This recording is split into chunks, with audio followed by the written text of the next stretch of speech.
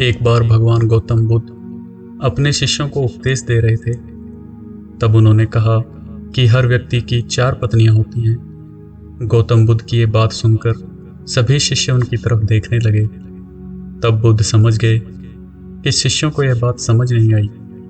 जब शिष्यों के समझ में कोई बात नहीं आती थी तो गौतम बुद्ध किसी कहानी के माध्यम से उनको वह बात समझाते थे। तब गौतम बुद्ध ने कहा, मैं तुम्हें यह बात एक कहानी के माध्यम से समझाता हूँ। दोस्तों, यह कहानी शुरू करने से पहले आप सभी लोगों से अनुरोध है कि यह कहानी अंत तक देखें, तभी आपको इस कहानी का अर्थ समझ में आएगा। और अगर कहानी पसंद आए तो कहानी को लाइक करें, क्योंकि जिस तरह आप इन कहानियों से मोटिवेट होते हैं वैसे ही आपका लाइक हमें मोटिवेट करता है।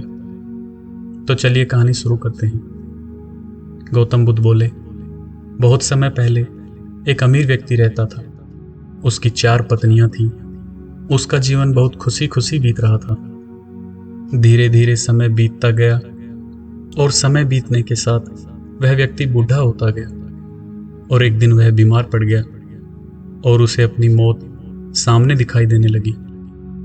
जीवन के अंतिम दिनों में वह बहुत अकेलापन महसूस करने लगा।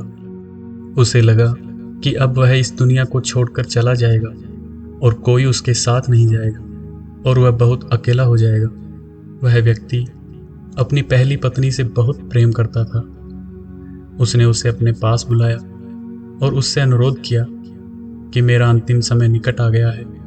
मैं चाहता हूँ कि मृत्यु के बाद तुम मेरे साथ चलो।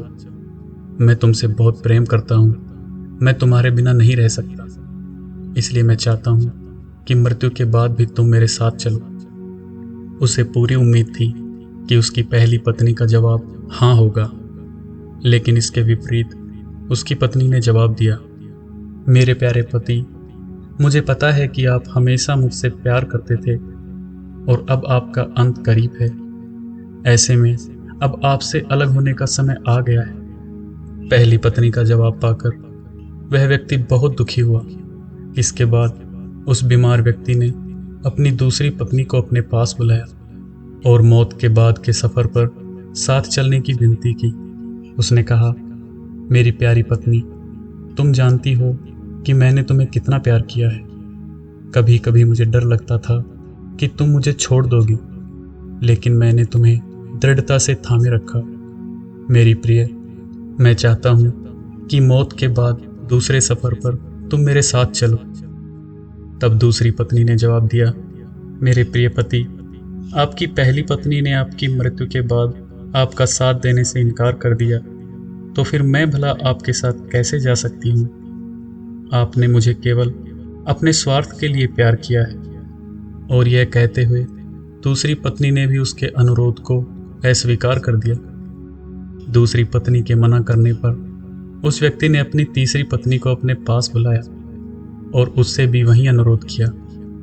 तीसरी पत्नी ने आंखों में आंसू भर के कहा, मेरे प्रिय, मुझे आप पर दया आ रही है और अपने लिए दुख हो रहा है, इसलिए मैं अंतिम संस्कार तक आपके साथ रहूंगी। इस तरह तीसरी पत्नी ने भी उसके साथ चलने से इनकार कर दिया। जब तीनों पत्नियों ने उसकी मृत्यु के बाद उसके साथ चलने से इनकार कर दिया, तब उसे याद आया कि उसकी एक और पत्नी है, उसकी चौथी पत्नी।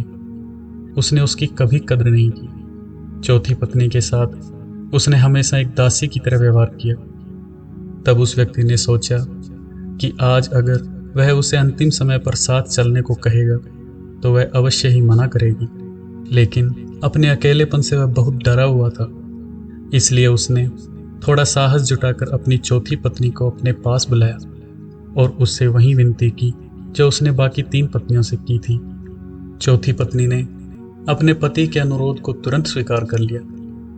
चौथी पत्नी ने कहा, मेरे प्यारे पति, मैं आपके साथ जाऊंगी, कुछ भी हो। मैंने हमेशा आपके साथ रहने की कसम खाई है। मैं आपसे कभी अलग नहीं हो सकती। गौतम बुद्ध ने अपनी कहानी समाप्त करते हुए कहा, प्रत्येक पुरुष और महिला की 4 पत्नियां या 4 पति होते हैं। सुबह उठने से लेकर रात को सोने तक हम अपने शरीर की देखभाल करते हैं। हम नहाते धोते हैं, अच्छे कपड़े पहनते हैं, भोजन करते हैं।